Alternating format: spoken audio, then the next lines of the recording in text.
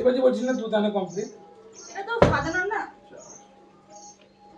5 বাস তারপর পড়বে আর হবে না 6 এগ রোল কমপ্লিট পুরো কমপ্লিট করে দিই। ওই হচ্ছে না তো 6 দাঁড়া এটা গুণ হয়ে যাবে ঠিক 1 গুনতে থাকে হ্যাঁ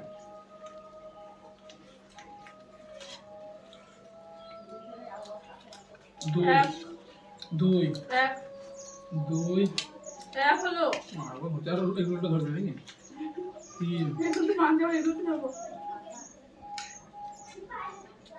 4